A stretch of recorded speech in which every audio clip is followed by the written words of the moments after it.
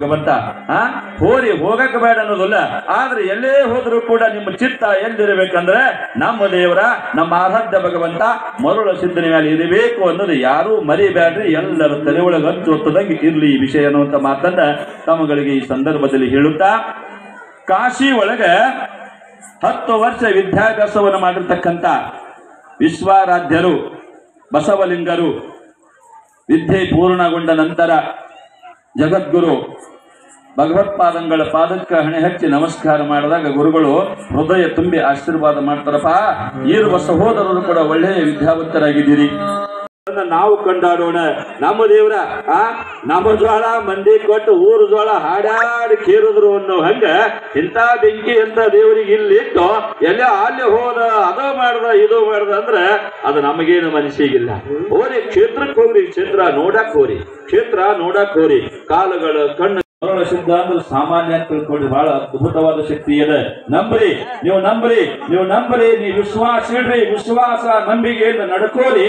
ಆ ಮರುಳ ಸಿದ್ಧ ನಿಮ್ಮೆಲ್ಲರ ಸಂಕಷ್ಟವನ್ನು ತಾನೇ ಪರಿಹಾರ ಮಾಡ್ತಾ ಇರ್ತಾನೆ. ಇದು ಗಟ್ಟಿಯಾಗಿ ಎಲ್ಲರ ತಲೆ ಒಳಗಿರ್ಲಿ. ಸಾಕಷ್ಟು ಆಗ್ಯಾವ.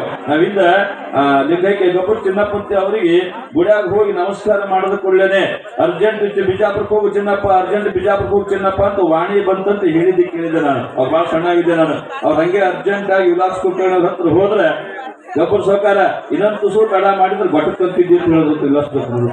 ಅಂದ್ರೆ ನಮ್ಮ ಮರುಳ ಸಿದ್ಧನಲ್ಲಿ ಅಂತ ಒಂದು ಅದ್ಭುತವಾದ ಶಕ್ತಿ ಇದೆ. ಅದಕ್ಕೆ ಯಾರು ಕೂಡ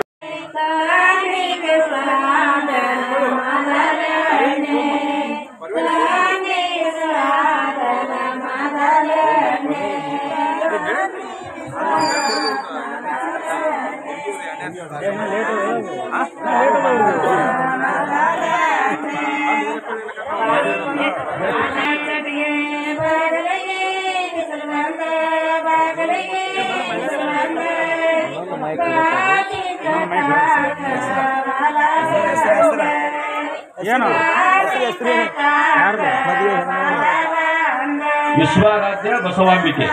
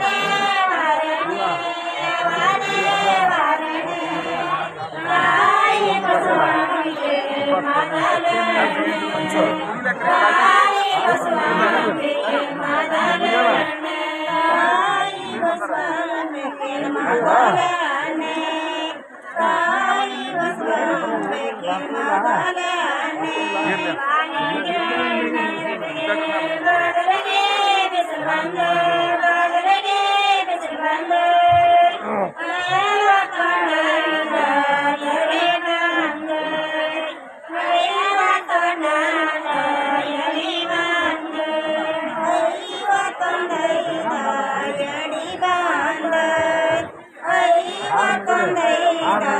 ಅಡಿ ಬಾಂಬ